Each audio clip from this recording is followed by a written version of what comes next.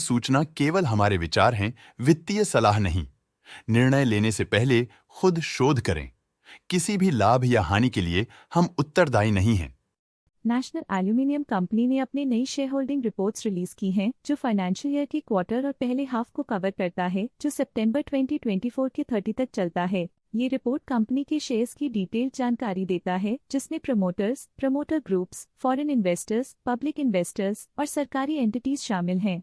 Public health shares का percentage 2024 के जून में 19.17% से 2024 के सितंबर में 17.35% तक डिक्रीज हो गया। इस डिक्रीज से साफ है कि इस टाइम पीरियड में कंपनी में पब्लिक का हिस्सा डिक्रीज हुआ है।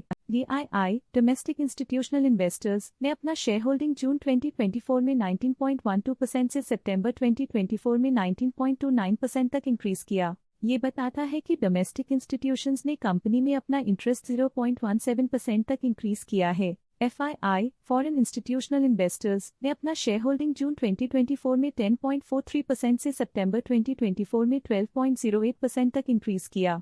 ये बताता है कि फॉरेन इंस्टीट्यूशंस ने कंपनी में अपना इंटरेस्ट 1.65% तक इंक्रीज किया है। चलिए इन्वेस्टर्स के स्टैटिस्टिक्स पे नजर डालते हैं, जो शेयर होल्डिंग पैटर्न में फ्लक्चुएशंस का कारण बन सकते हैं। पब्लिक हेल्थ शेयर्स का परसेंटेज 2024 के जून में 19.17% से 2024 के सितंबर में 17.35% तक डिक्रीज हो गया। इस डिक्रीज से साफ है कि इस टाइम पीरियड में कंपनी में पब्लिक का हिस्सा डिक्रीज हुआ है।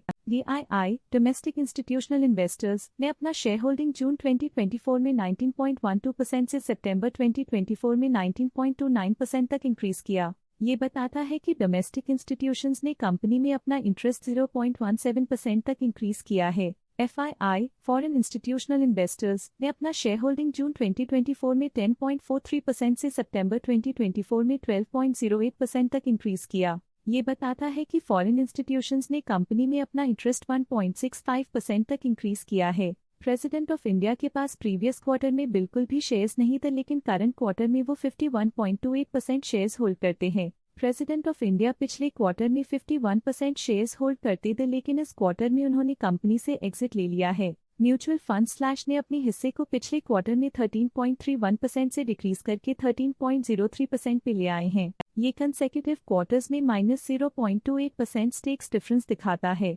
लेटेस्ट क्वार्टर में ऑल्टरनेट इन्वेस्टमेंट फंड्स ने स्टेक होल्डिंग में इंक्रीज देखा, जिसमें 0.02% का अपटिक देखा गया। लेटेस्ट क्वार्टर में इंश्योरेंस कंपनीज ने स्टेक होल्डिंग में इंक्रीज देखा, जिसमें 0.43% का अपटिक देखा गया। Motilal Oswal large and mid cap fund current quarter में 1.2% शेयर्स के साथ कंपनी में एंटर किया, जबकि प्रीवियस क्वार्टर में उनके पास 0% shares the SBI PSU fund current quarter में 3.64% शेयर्स के साथ कंपनी में एंटर किया, जबकि प्रीवियस क्वार्टर में उनके पास 0% shares the ICICI prudential small cap index fund current quarter में 3.68% शेयर्स के साथ कंपनी में एंटर किया, जबकि प्रीवियस क्वार्टर में उनके पास 0% shares the life insurance corporation of India PNG's fund current quarter में 4.22% शेयर्स के साथ कंपनी में एंटर किया, जबकि प्रीवियस क्वार्टर में उनके पास 0% shares the Invesco India flexi cap fund previous quarter में 1% शेयर्स ओन करते थे, लेकिन करंट क्वार्टर में उन्होंने कंपनी से एग्जिट ले लिया है। SBI PSU fund previous quarter में 3% शेयर्स ओन करते थे, लेकिन करंट क्वार्टर में उन्होंने कंपनी से एग्जिट ले लिया है।